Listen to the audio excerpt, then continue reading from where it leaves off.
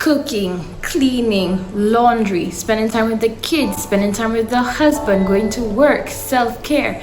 It can be a lot.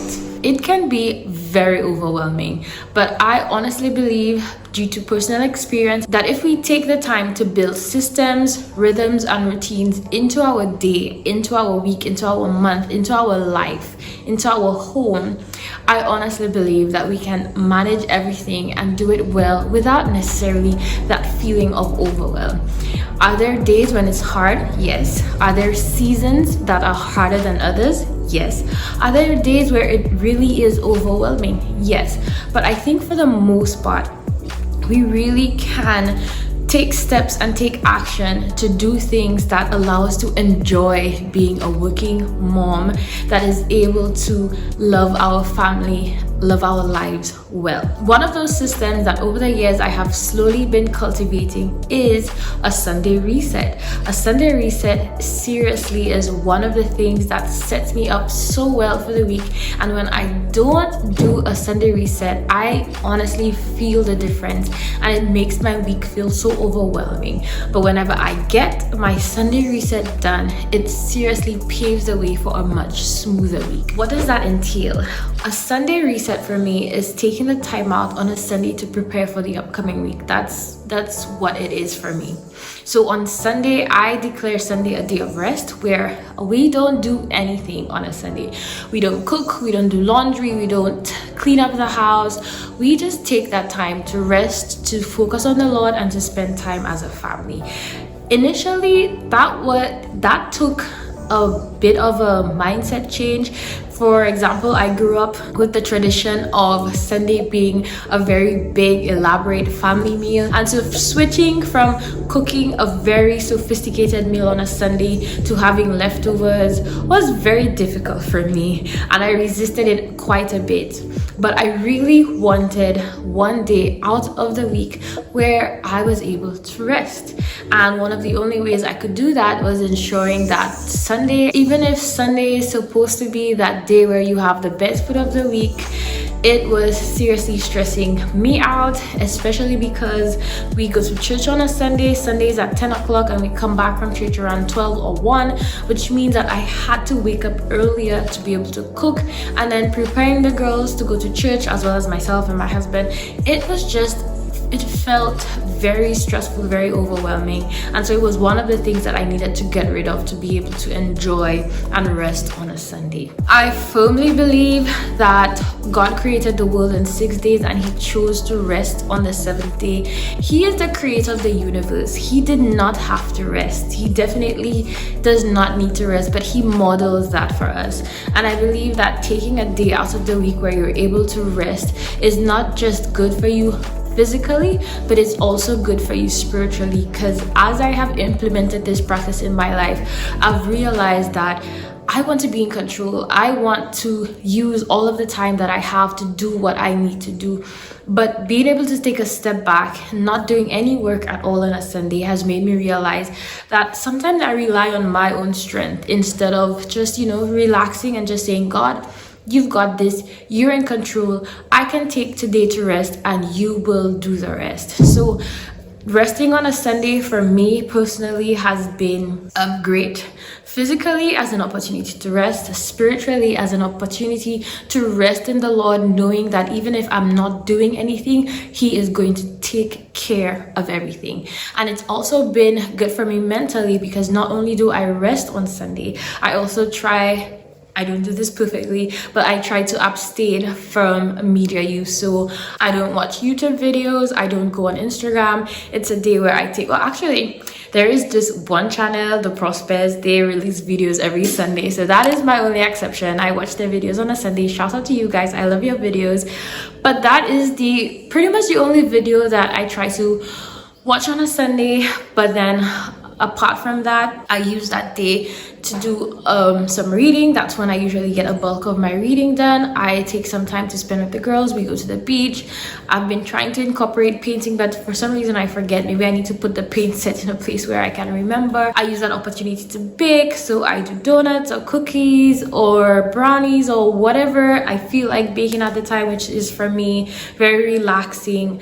Sunday is just an opportunity to rest and reset for the upcoming week. So after we've put the kids to bed, we have enjoyed and rested on the Sunday, I usually take about 45 minutes to an hour to get ready for the upcoming week.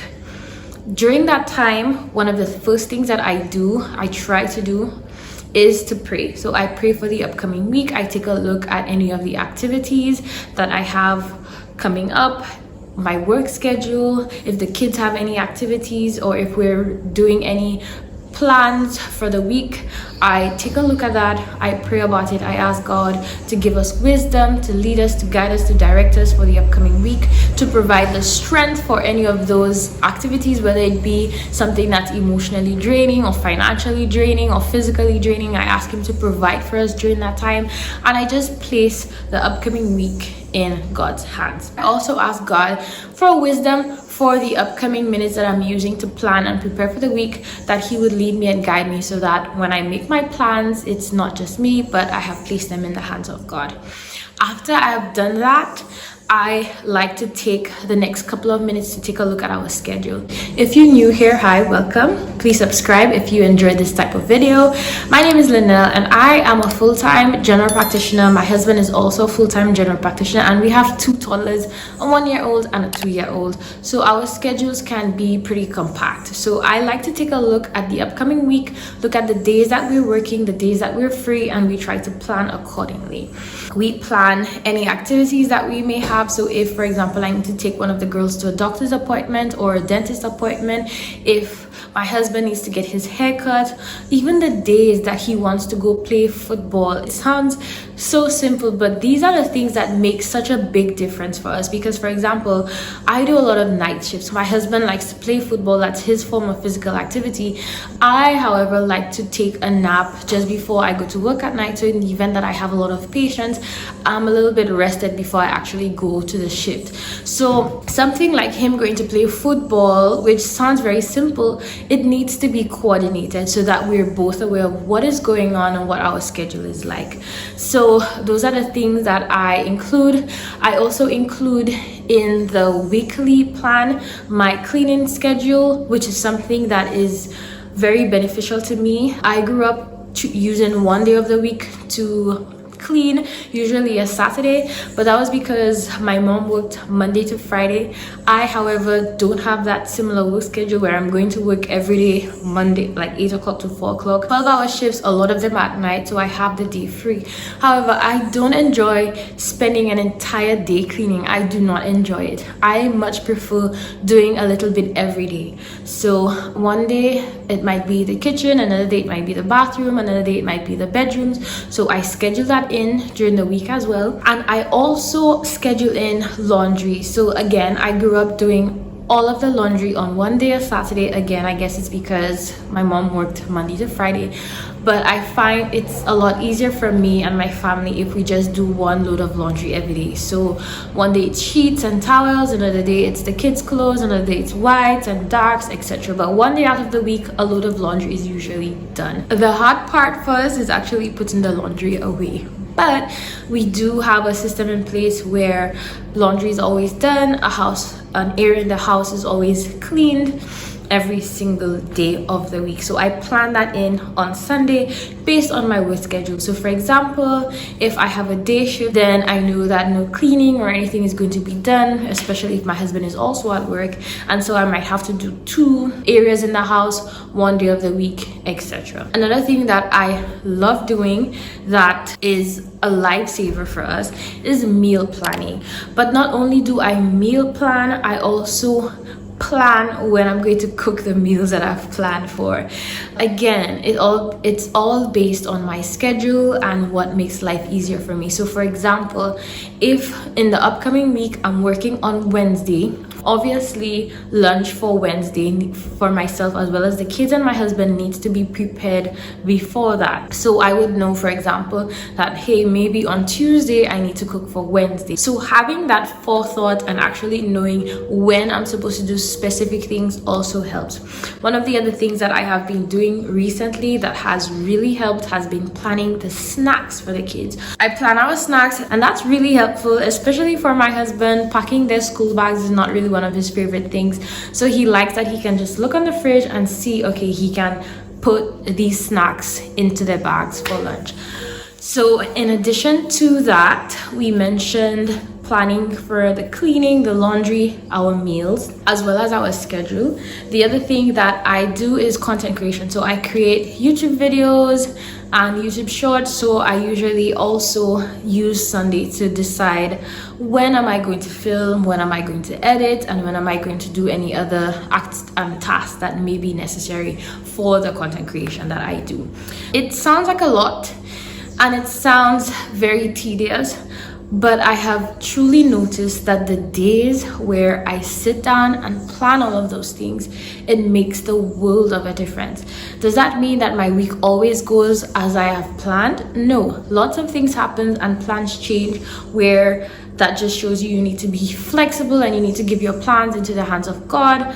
But at the same time, it's always a good idea to have a plan so that you have something to fall back on. Alright, so after I have done all of those things, I also make a list of things that I need to do the following day, which is a Monday, to prep for the upcoming week. Now, sometimes I work on a Monday, so that's not always possible. But again, me scheduling the week helps me know when I have a good chance to do that. I like to prep for the week by doing certain things in the kitchen that's going to help set me up for the week. So for example, if I decided that I'm going to give the kids chicken tenders as a snack for the week, then I'm going to prepare the chicken tenders so that when it's time for them to go to school, nothing has to be done. Probably just put it in the oven while we're preparing breakfast or something like that. If I decide that this week I want to give them banana muffins, for example, I know that on Monday I will have to prep all of the banana muffins for that week. So that is the meal prep that I typically do on Monday. After I have done that, and it truly does not take that much time, it takes like 45 minutes, maybe an hour. It can even take as little as 30 minutes, but those 30 minutes are so key for having a great week that I try not to skip it. After we've done that, then it's time for my husband and I to have a weekly meeting, which we don't get to every Sunday. So sometimes we do it on a Saturday, sometimes we do it on a Monday. Sometimes the week gets ahead of us and we don't end up doing it until Thursday. For example, this week is exactly what happened. We did not have our meeting until very late, later on during the week. So during that meeting, I believe I've spoken about it in the past, but I will link it down in the description box. It is called a marriage journal that I got from Felicia Mason-Heimer on her blog. And it's basically a set of questions that help you set up for the week. So it asks you about what discipline issues you're having with the kids, what is intimacy between husband and wife like, and what are the areas that you can improve on, what is your spiritual life like, and how can you improve your spouse's spiritual life. It asks about the finances, so we take a look at the finances, see if we're on track with our budget, if there's anything that we need to do in terms of paying bills or making any purchases or scaling back on spending. And that conversation usually takes a while because we talk about so many things, but again, it is so useful for us to help us stay on the same page and to know and plan for what's coming up in the week. And it saves us a lot of conflict because we know exactly what's on each other's schedule and we know what our week is gonna look like. So that's what my Sunday reset looks like. Oh, another thing I forgot to mention, the other thing that I do is I take a look back at my Cultivate What Matters power sheet. It's a goal planner and it has all of the goals that I want to accomplish for the year, and it breaks it down into the steps that I can take monthly, weekly, and daily. So on a Sunday as well, I look back at the previous week and I look at the things that I did that I was not supposed to do, the things that I didn't do that I was supposed to do, and I try to figure out what worked, what did not work, and what I can do to improve the upcoming week. So after all of that is done, go to bed on Sunday and I wake up on Monday, and if I am not working, I use Monday to prep for the week. So first, wake up, wash the dishes because they have not been washed the entire day, clean up the house a little bit, and then I use the rest of the day to be in the kitchen where I'm making bread, making muffins, cleaning and seasoning chicken, and just getting the week ready so that it flows a lot more smoothly throughout the day. Alright guys, so today's meal prep day. I made a list so that I can keep myself on track. I have some mushrooms here that I bought last week that I need to use up before they go bad, so I'm gonna make some mushroom creamy chicken sauce king with that. I also have some chicken thighs that have been deboned that I'm going to make some tenders for a snack for the girls. I'm also going to make some meatballs with some ground chicken and ground pork. That's also going to be a snack for the week. This is for the chicken tenders, and as a snack as well for the girls throughout the week, I'm going to make some banana muffins. I have a cool trick to show you when the bananas are not ripe enough for muffins. And then I have some leftover homemade bread that is a bit stale, so I'm going to make some bread pudding with those as well. So let's get started.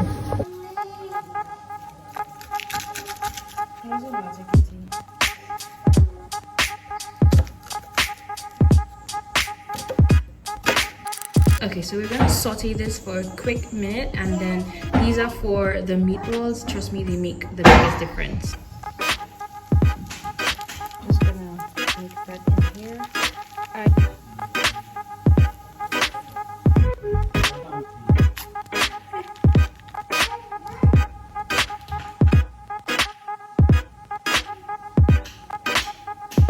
We have some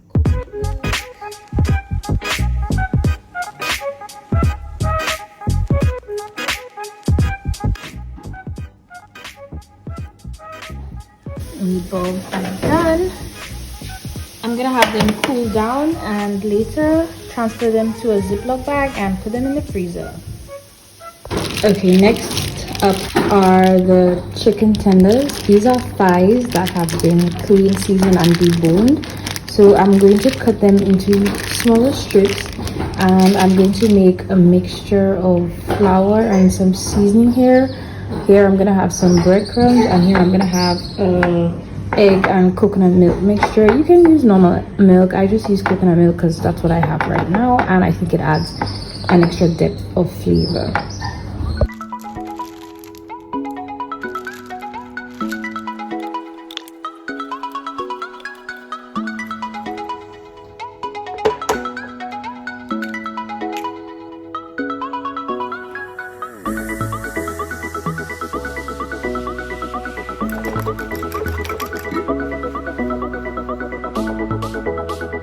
So the strip of chicken goes into the flour, into the egg and milk mixture, and then into the breadcrumbs, and then I place it on a baking tray, and this is gonna go into the freezer, flash freeze, and then when it's there for about 10 to 15 minutes, I'm gonna take all of the strips and put it in a bag for whenever we need it.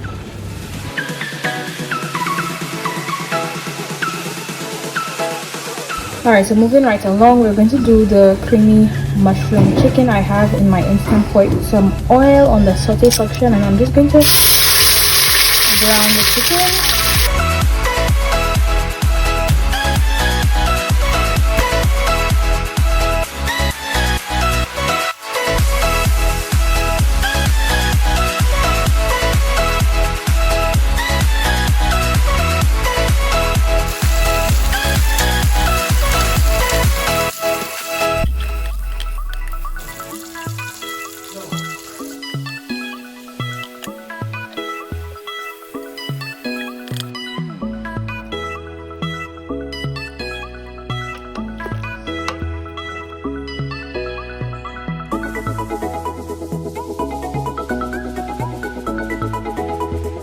So the banana muffin recipe I'm using is from Preppy Kitchen. It's really good. I add chia seeds and chocolate chips, and I lessen on the amount of sugar. But the trick that he taught me is that if your bananas are not ripe enough and you want to use them for banana bread, banana muffin, you put them in the oven for 10 minutes and then they're good for baking.